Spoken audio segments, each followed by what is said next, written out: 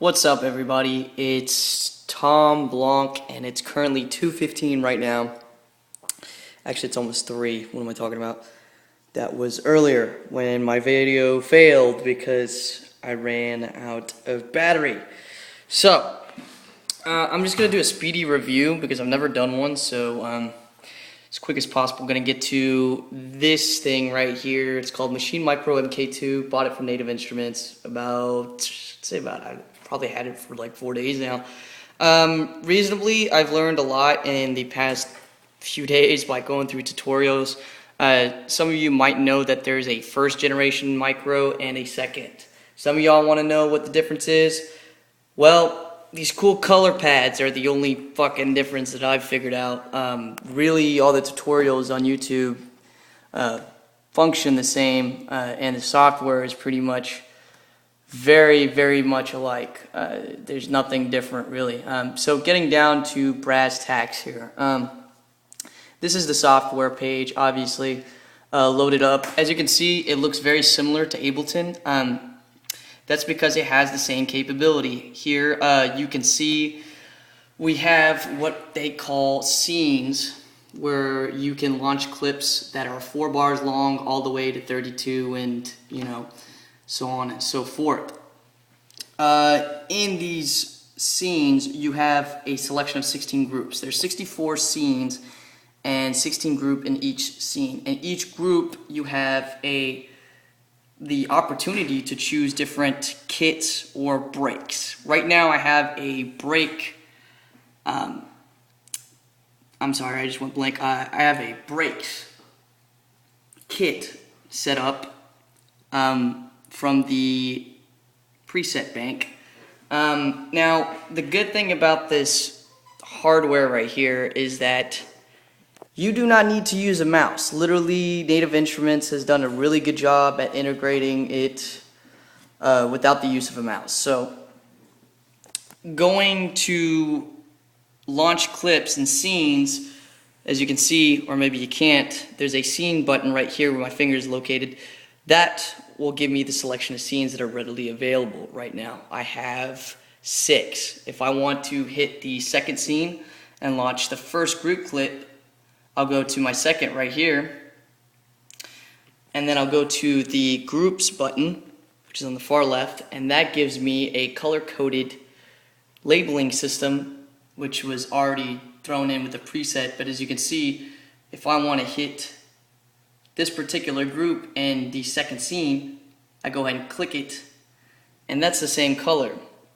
Now this is very awesome, considering without having to go through all this, and it just cuts the workflow by half. Literally constructing beats and rhythm, whether I want to put a bass line or a synth, it's very easy. On top of that, what's also great about this thing is that there's a whole bunch of features like nudge, quantized button, quantized half at 50%. There's also a copy and paste selection button right here. And these pads are just, they're touch sensitive. And when I say that, they are relatively very well at responding.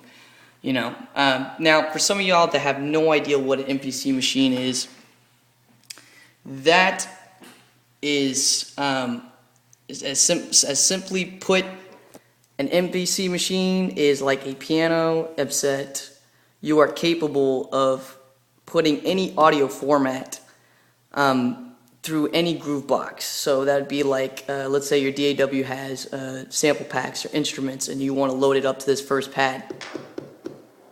You have the opportunity to do that. If you want to record your cat vomiting, I don't know why you do that, but if you want to record it vomiting and put it in here through an external, port, you're capable of selecting that particular audio wave and, putting right here at any pad. Like I said, very touch sensitive. It's just amazing product. But we're gonna go ahead and launch a scene right here. So we're gonna choose scene 6, and I want group 1.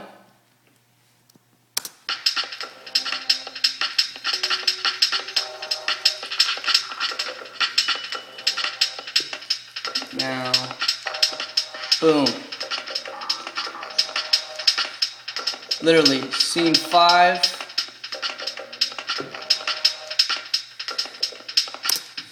Now, with all this readily available to you, the possibilities are endless. And I have this literally put on a 16-channel output for my bus sources. That way, every single hi-hat, kick, snare, whatever I choose to put together is gone through my mixer right here, and it helps me with the mix down, final mix down. So I don't have to bug about literally opening different channels of machine and having my DAW crash. But just to give you all a good idea, I've created this rhythmic pattern right here in a matter of 5 minutes without even touching my mouse, and it has a really just amazing quality to it. Everything is laid out perfectly, seamlessly, and my workflow is literally, like I said, cut in half. Now, I've been working on a new project. It's pretty much what it sounds like. I'm also getting to know Massive pretty well now. I'm getting pretty Massive fancy.